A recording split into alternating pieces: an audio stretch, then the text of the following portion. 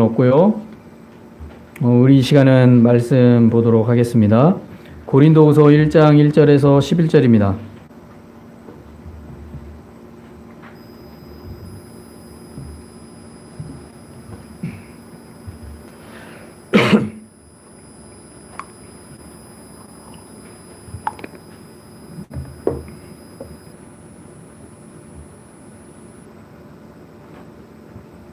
고린도후서 1장 1절에서 11절입니다. 신약성경 286쪽입니다. 우리 천천히 한 절 한 절씩 교독하겠습니다. 하나님의 뜻으로 말미암아 그리스도 예수의 사도된 바울과 형제 디모데는 고린도에 있는 하나님의 교회와 또 온 아가야에 있는 모든 성도에게 하나님 우리 아버지와 주 예수 그리스도로부터 은혜와 평강이 있기를 원하노라. 찬송하리로다. 그는 우리 주 예수 그리스도의 하나님이시요 자비의 아버지시요 모든 위로의 하나님이시며 우리의 모든 환난 중에서 우리를 위로하사 우리로 하여금 하나님께 받는 위로로서 모든 환난 중에 있는 자들을 능히 위로하게 하시는 이시로다. 그리스도의 고난이 우리에게 넘친 것 같이 우리가 받는 위로도 그리스도로 말미암아 넘치는도다. 우리가 환난 당하는 것도 너희가 위로와 구원을 받게 하려는 것이요 우리가 위로를 받는 것도 너희가 위로를 받게 하려는 것이니 이 위로가 너희 속에 역사하여 우리가 받는 것 같은 고난을 너희도 견디게 하느니라. 너희를 위한 우리의 소망이 견고함은 너희가 고난에 참여하는 자가 된 것 같이 위로에도 그러할 줄을 알미라. 형제들아, 우리가 아시아에서 당한 환난을 너희가 모르기를 원하지 아니하노니 힘내 겪도록 심한 고난을 당하여 살 소망까지 끊어지고 우리는 우리 자신이 사형 선고를 받은 줄 알았으니 이는 우리로 자기를 의지하지 말고 오직 죽은 자를 다시 살리시는 하나님만 의지하게 하심이라. 그가 이같이 큰 상황에서 우리를 건지셨고 또 건지실 것이며 이후에도 건지시기를 그에게 바랍니다. 다 같이 읽겠습니다. 너희도 우리를 위하여 간구함으로 도우라. 이는 우리가 많은 사람의 기도로 얻은 은사로 말미암아 많은 사람이 우리를 위하여 감사하게 하려 함이라. 아멘. 앞지자로 인사하시겠습니다. 사랑합니다. 축복합니다. 예, 잘 오셨습니다. 오늘은 모든 위로의 하나님이라는 제목으로 오늘 말씀을 통해서 모든 위로의 하나님이라는 이 사도 바울의 가르침을 말씀을 통해 한번 나눠보도록 하겠습니다. 2025년도가 왔습니다. 이 첫 주 예배를 맞아 이 하나님의 위로가 저와 여러분의 삶 속에 넘치기를 소망합니다. 오늘날 우리나라 시국을 보시면 아시겠지만 이 답답하기도 하고 또 불안한 마음이 드는 시기인 것 같습니다. 경제적으로도 뭐 좋지 않죠. 예. 코스피 지수라든가 환율이라든가 계속해서 올라서 경제 지표가 그렇게 좋은 시기는 아닌 것 같습니다. 그래서 좀 불안하기도 하고 뭐 여러 가지 염려가 되죠.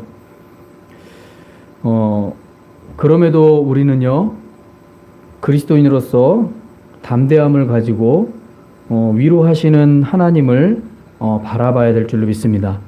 그리고 오늘 말씀에서처럼 11절 말씀에서처럼 이 간구로 기도하는 그런 기간이 되어야 되지 않을까라는 생각을 해봅니다.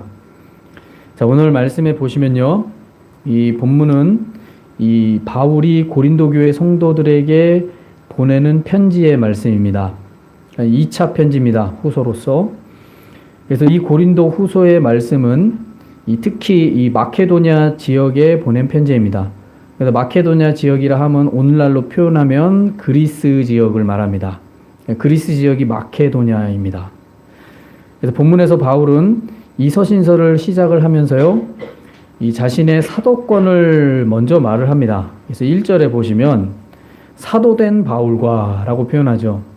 그러니까 자신을 표현할 때 자신의 사도권을 말하고 있고 또한 하나님을 찬송하는 고백으로 이어가면서 그리스도인이 받는 고난 속에서 결코 빠지지 않는 하나님의 위로의 선순환에 대해서 말씀하고 있습니다.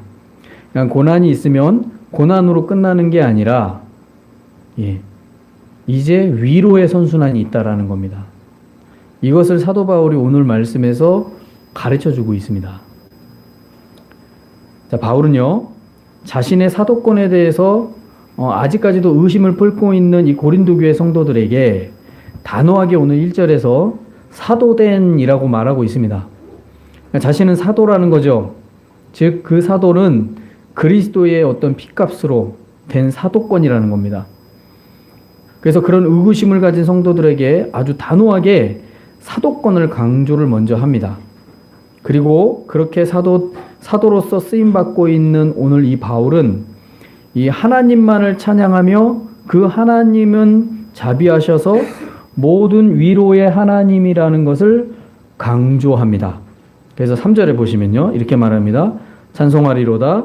그는 우리 주 예수 그리스도의 하나님이시요 자비의 아버지시요 모든 위로의 하나님이시며 라고 말합니다. 그러니까 하나님은 모든 위로의 하나님이라고 마지막에 마무리하는 것을 볼 수 있습니다.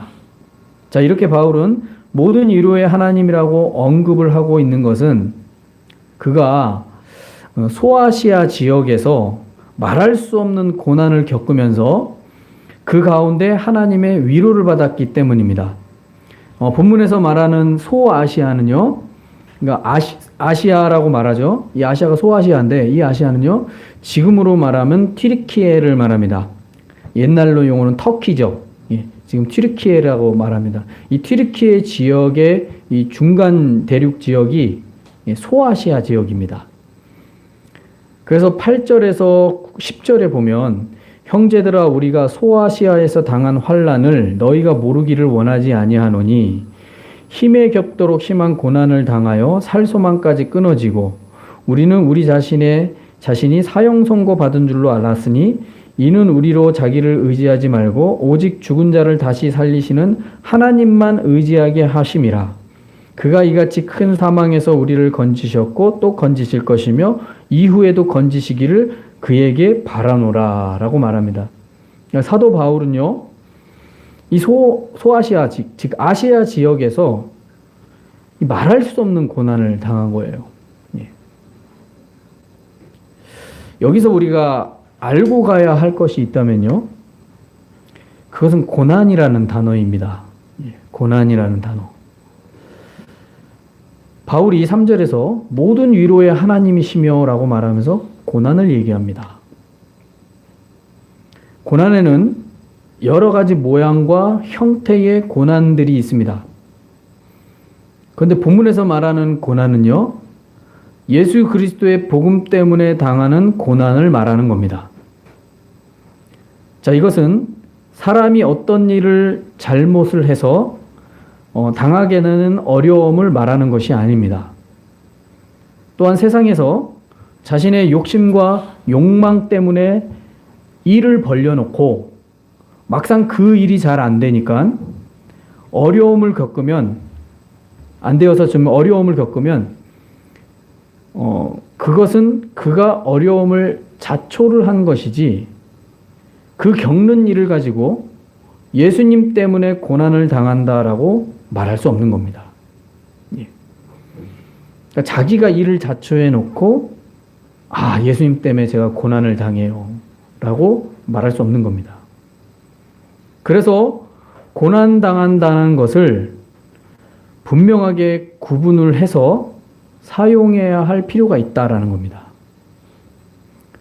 인생에서 고난을 겪는 것과 예수의 복음 때문에 겪는 고난은 엄연히 다릅니다. 똑같이 취급할 수 없습니다. 완전히 다릅니다. 이것을 동일시한다거나 같은 것으로 취급해서는 안 된다라는 겁니다. 사람이 인생을 살면서 대부분 겪는 고난은 자신의 욕망과 욕심 때문입니다.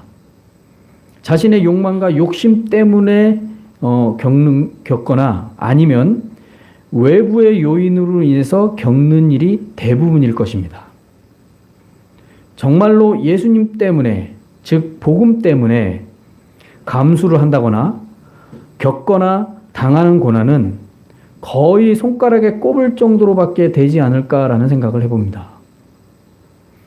자, 복음 때문에 삶과 물질을 헌신하고, 또 복음 때문에 시간과 마음을 들이고, 또 복음 때문에 자신의 모든 것을 거는 일은 오늘날 시대를 보면 정말 찾아보기가 힘들 뿐더러 또 우리 자신조차도 정말 쉽지 않은 선택이 될 수 있음을 인정할 수밖에 없는 것이죠.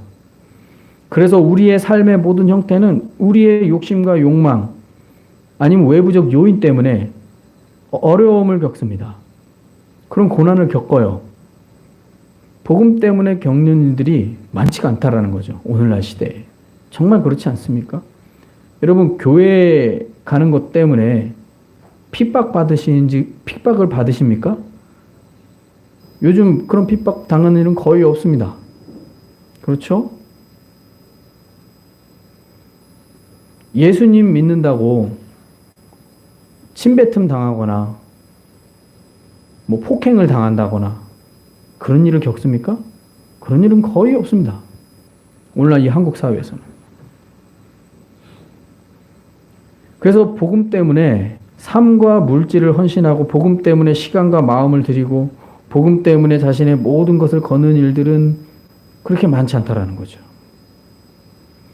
그래서 인생의 우여곡절을 많이 겪은 사람일수록 자신의 경험을 많이 의지하고, 또한 그런 경험, 인생의 경험을 통해 인생을 좀 더 안다고 생각할 수도 있습니다. 물론 인생사의 어려움을 많이 겪은 사람일수록 삶의 노하우가 있기 마련입니다. 그래서 그러한 분에게 자문을 구한다거나 도움을 구해서 문제를 해결할 수도 있습니다. 그러나 그러한 행동이 반드시 진리라고 말할 수는 없다라는 걸 알아야 됩니다. 세상은 여러 가지 방식으로 너무나도 많이 바뀌기 때문에 이것만이 진리다라고 말할 수도 없는 것이죠. 자, 인생의 어려움을 겪는 사람에게 삶의 노하우가 있기 때문에 어떤 문제를 만나면 그것을 잘 풀어갑니다. 왜냐하면 어려움을 많이 겪어봤기 때문이에요. 예. 뭐 쉽게 표현하면 내공이 있는 거죠. 이 정도 어려움이야 뭐 내가 겪어봤어 하면서 견뎌낼 수 있는 거예요. 예. 그래서 그것을 잘 풀어갑니다.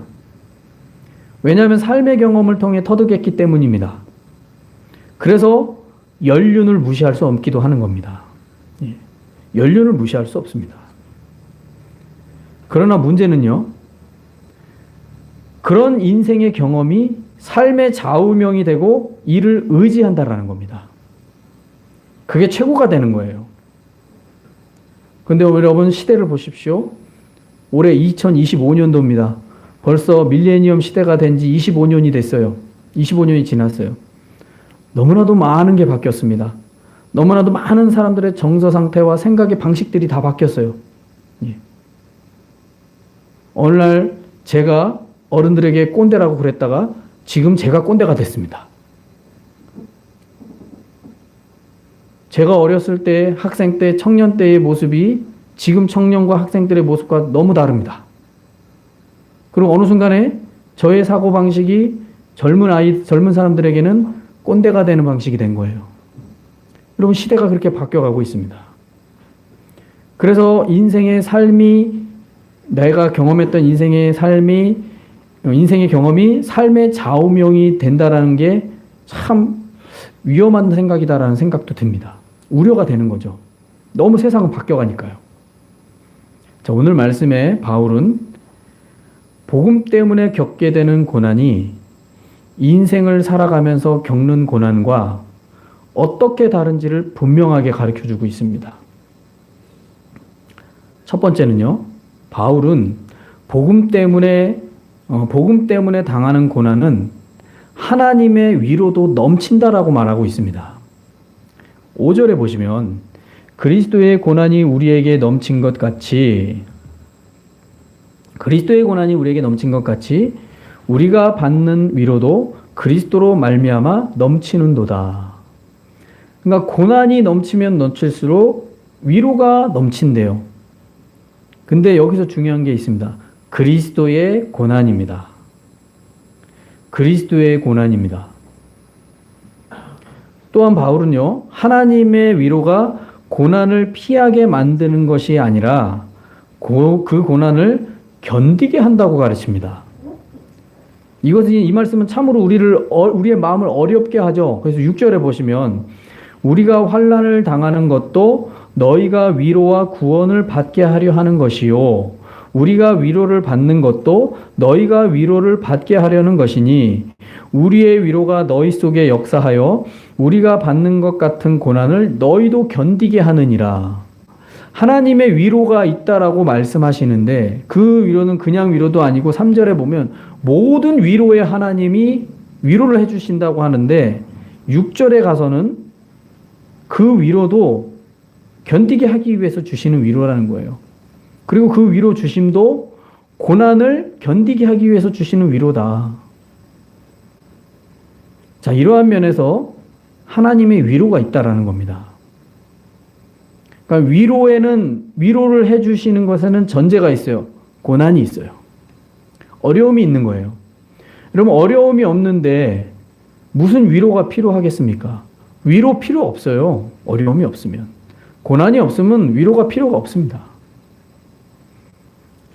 자, 우리가 착각하지 말아야 할 것이 오늘 말씀에서 복음 때문에 당하는 고난은 위로가 있기 전에 견디는 것이 우선이라는 겁니다. 그러니까 그리스도인으로서 예수님 믿는 것 때문에 예수님의 복음 때문에 믿음 생활하면서 당하는 고난은 견디는 것이 우선이라는 거예요. 위로가 우선이 아니라. 오늘 6절에서 사도 바울이 그 이야기를 하고 있는 거예요. 그래서 견디는 그 시간이 지나고 나면 이후에 하나님의 건지심을 경험하게 된다라는 겁니다. 즉 위로해 주신다라는 거죠.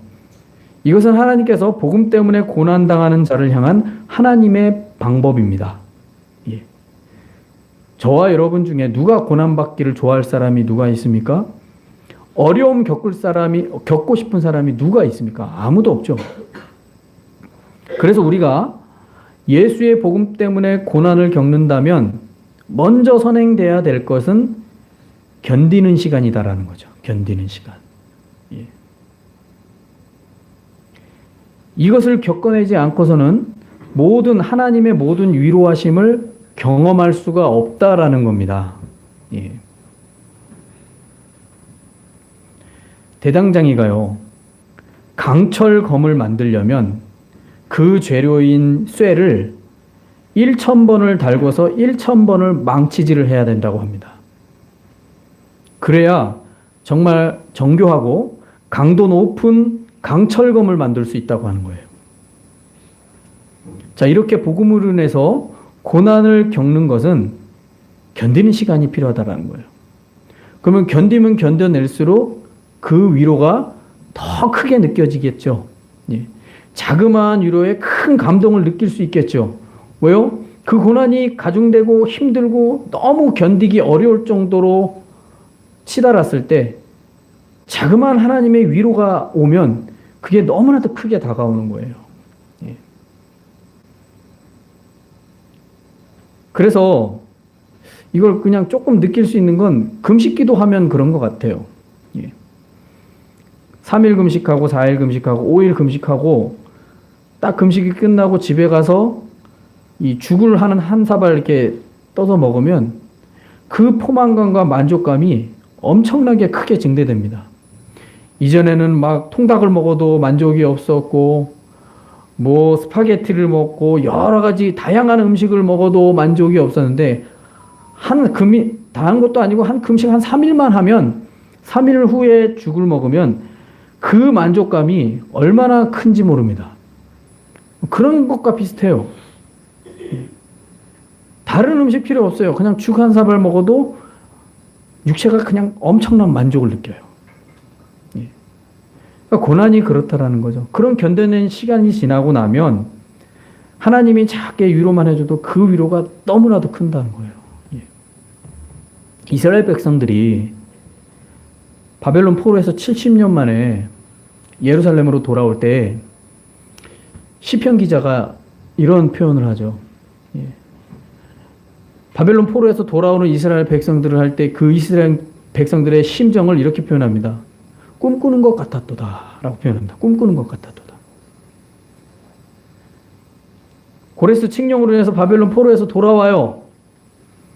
근데 70년 만에 돌아오는 거예요. 나라 잃은 지 70년 만에 돌아와서 도시가 있는 것도 아니고 다 재건을 해야 돼요, 다시.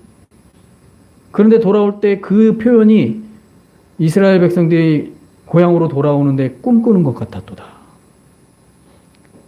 아무것도 준 것이 없어요. 재건비를 준 것도 아니에요. 그냥 돌아가라.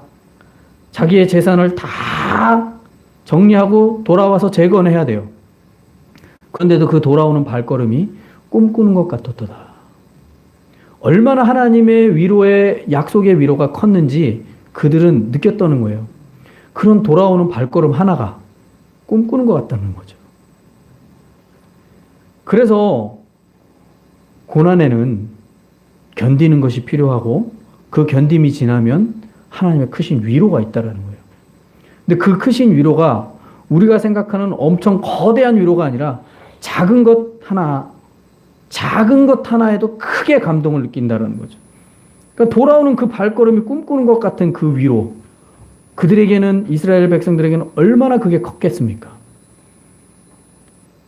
그래서 우리가 위로를 생각할 때 엄청 큰 것이 우리에게 다가오는 것이 큰 위로가 되는 게 아니라 그 고난의 견딤의 시간이 얼마나 크게 우리에게 견디는 시간을 이겨냈느냐가 작은 위로를 통해서 큰 위로를 받을 수 있다는 사실을 말해주는 겁니다. 그래서 3절에서 말합니다. 모든 위로의 하나님이라는 거예요. 그런데 사람은요, 그 견디는 시간을, 즉 다시 말해서 그 연단의 과정을 겪는 것을 꺼려 합니다. 왜냐하면 힘들기 때문이에요. 그런 과정을 겪으면 왜 싫으냐? 너무 싫어요. 왜? 너무 오래 걸리니까. 그래서 당장 실적과 효과, 빠른 결과를 얻기를 바랍니다. 그래서 학생들이 시험을 보면 빨리 결과가 나와야 되는 거예요. 좋은 결과가. 자기가 그렇게, 본인 자신이 그렇게 노력하지도 않았음에도 좋은 결과가 나오고 싶은 거예요. 단기간 안에 속성으로. 근데 그런 건 없다라는 겁니다. 자기가 노력한 만큼 결과를 얻게 되어 있는 겁니다. 근데 그거 인정해야 돼요. 그만큼 과정을 겪어야 되는 거예요. 고난도 마찬가지라는 거죠. 그런 겪음의 과정이 필요한 거예요. 그래야 작은 위로도 큰 위로로 다가오는 거죠. 근데 사람은 그걸 빨리 결과를 보고 싶은 거예요. 빨리 해결을 보고 싶은 거예요. 그래서 수고를 하지 않습니다.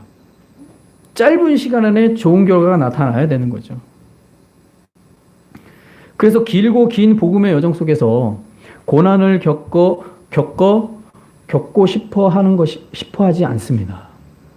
우리의 믿음 생활이 그렇습니다. 여러분, 짧은 시간 안에 정말 믿음이 엄청 성장하고 자라나고 뭔가 좋은 결과가 빨리빨리 나타나기를 바라죠. 근데 하나님은 그런 방식으로 하시지 않습니다. 예. 빨리 되면요, 빨리 무너져요. 뿌린 대로 거둔다라는 말이 있듯이 사람이 복음을 위해 고난을 겪어내는 만큼 하나님의 모든 위로가 더 크게 임하게 되어 있습니다.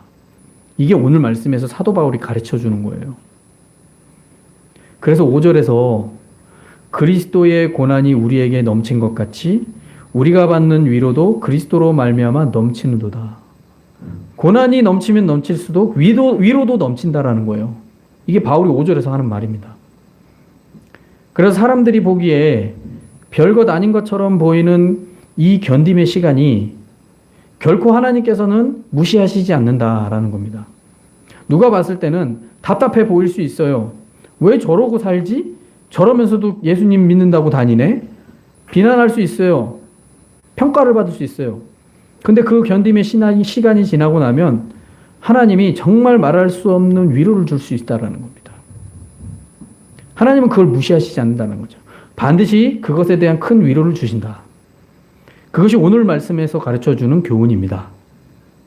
이와 같이 복음뿐만 아니라 우리의 인생 여정에서 겪는 일에서도 견뎌내고 인내하는 그런 시간이 필요한 상황이 있다면, 자, 이것은요, 그러한 상황 속에 하나님을 전적으로 의지하고 기도하면서 견뎌내게 될 때, 여기서 중요한 게 있습니다. 내 개인적인 인생에도, 우리의 개인적인 인생에도 마찬가지로 하나님을 전적으로 의지하고 기도하면서 견뎌내게 될 때 하나님은 우리의 삶조차도 이끌어 가신다라는 겁니다.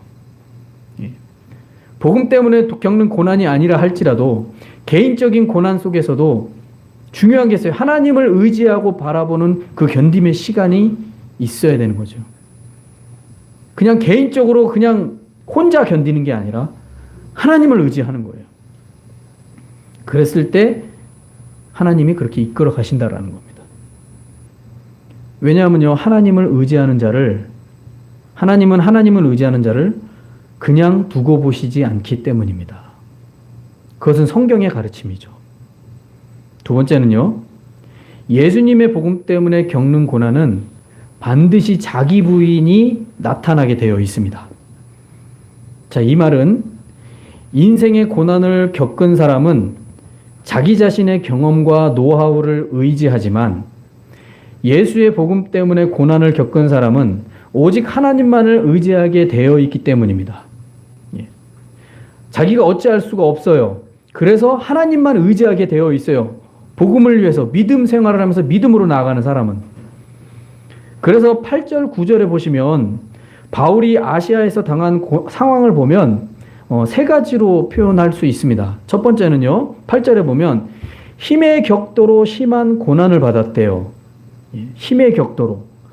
그냥 견디기가 너무 힘든 거예요. 이 말은 가히 사람이 견디기 힘든 고난을 말합니다. 견뎌내기가 힘든 고난이에요. 그 두 번째는 8절에 보면 살 소망을 잃어버렸다라고 말합니다. 그러니까 완전히 하나님의 도우심이 느껴지지 않는 상황을 말합니다. 하나님이 도와주실 거라고 믿었는데 하나님의 도우심이 전혀 느껴지지 않는 상황. 대부분의 사람은 이런 상황에 처하면 절망합니다. 심하면 하나님 원망하죠. 바울이 지금 그런 상황에 처한 거예요. 그리고 세 번째는 9절에 보면 우리 자신의 사형 선고를 받은 줄로 알았다. 이 말은 뭐냐면 죽음을 체념한 상황을 말합니다. 다시 말해, 이제 끝났다. 나는 이제 끝났다. 체념을 한 거예요, 그냥. 쉽게 말하면 포기를 한 거예요. 바울이 지금 아시아에서 당한 고난이 이런 지경에 이른 거예요. 다 포기한 거예요. 자, 이렇게 바울은 완전히 벼랑 끝에 서서 죽음 말고는 다른 길이 보이지 않는 어떤 큰 고난에 처해 있었다라고 고백하고 있는 겁니다. 즉, 죽음의 상황 속에서 모든 이루의 하나님의 도움을 받았다라는 거예요. 이런 상황에서. 그로 인해 하나님만 의지해야 한다는 깊은 깨달음과 겸손을 배웠고 하나님을 신뢰하는 믿음을 다시 한번 마음에 다지게 됐다라는 겁니다. 이러한 위기 속에 정말 살 소망, 나 이제 죽었다, 사망이구나, 체념한 상황이 왔을 때 하나님이 피할 길을 만드시고 살려내시는 거죠. 그러면서 깨달은 거예요. 내가 다시 하나님만 의지해야 되는구나. 그거 외에 소망이 없구나. 이런 마음을 다지게 된 거라는 겁니다. 그래서 복음을 겪는 이 고난은 믿는 자를 하나님의 사람으로 만들어가는 아주 좋은 길입니다. 그런데 겉으로 봤을 때는 결코 좋은 길이 아닙니다.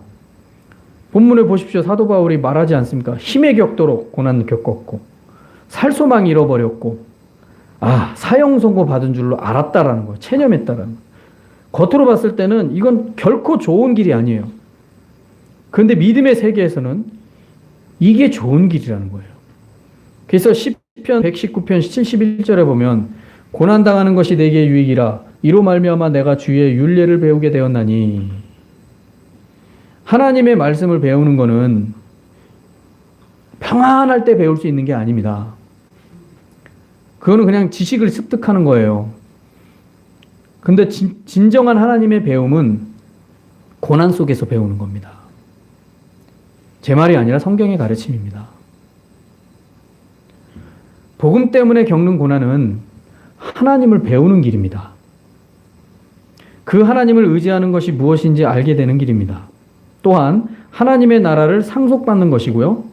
인생의 여정 속에서 하나님의 돌보심을 입는 길입니다. 이게 고난의 길이래요. 이게 고난을 겪어야 되는 이유래요. 오늘 바울이 그 얘기를 하고 있는 거예요.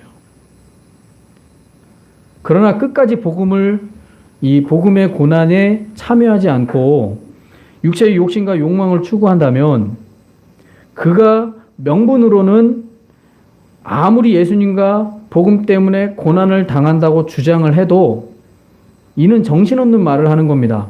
육체의 욕심과 욕망을 위해서 살잖아요. 말로는 예수님 때문에 복음 때문에 걸어간다고 말을 해요. 근데 그 속을 보니까 자신의 욕심과 욕망을 채우기 위한 길인 거예요. 그래서 그렇게 해서 겪는 고난이 있다고 한다면 그 겪는 고난은 복이 아니라 고통일 수밖에 없습니다. 자, 오늘 말씀을 통해 고난 속에서 모든 위로를 주시는 하나님을 바라보기를 원합니다.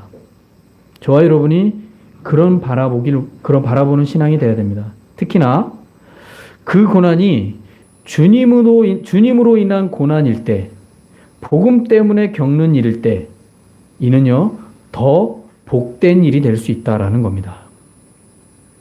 디모데후서 1장 8절에 이렇게 말합니다.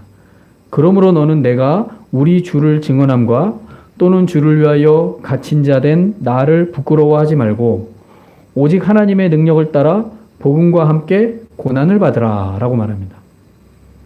디모데후서 1장 8절의 말씀처럼 하나님의 능력을 따라 복음과 함께 고난을 받으래요. 자, 우리가 예수님과 복음 때문에 겪는 어려움을 부끄러워하지 말아야 됩니다. 부끄러워하지 말고 오히려 육체의 욕망과 욕심 때문에 겪는 어려움을 부끄러워해야 됩니다. 여러분, 구분하셔야 됩니다. 내 욕심과 욕망, 내 어떤 자존심, 내 야망 때문에 겪는 어려움을 부끄러워해야 되는 거예요. 그리고 오히려 반대로 예수님 때문에, 복음 때문에 겪는 어려움을 부끄러워하지 말아야 되는 거예요. 이것이 그리스도인이 세상을 살아가는 삶의 자세이어야 됩니다. 이게 그리스도인의 삶의 자세예요. 그래서 2025년도를 저와 여러분이 시작을 하면서 우리는 예수님만 의지해야 됩니다. 다시 한번 말씀드리지만, 매해마다 말씀드리지만 예수님만 의지하셔야 됩니다. 그냥 귀로 듣고 끝나는 것이 아니라 정말 예수님만 의지하셔야 됩니다. 그래서 예수로 인해 살아가는 삶이 되어서 정말 어떤 위기나 어려움과 고난이 와도 전적으로 예수님만 의지하며 기도로 간구하면서 모든 위로의 하나님이 정말 우리의 하나님이 되는 그런 삶이 되어야 될 줄로 믿습니다. 올 한 해 그런 예수님만 의지해서 삶 속에서 고난이 오고 어려움이 오거나 또한 복음 때문에 예수님 때문에 혹이라도 어려움을 겪는다면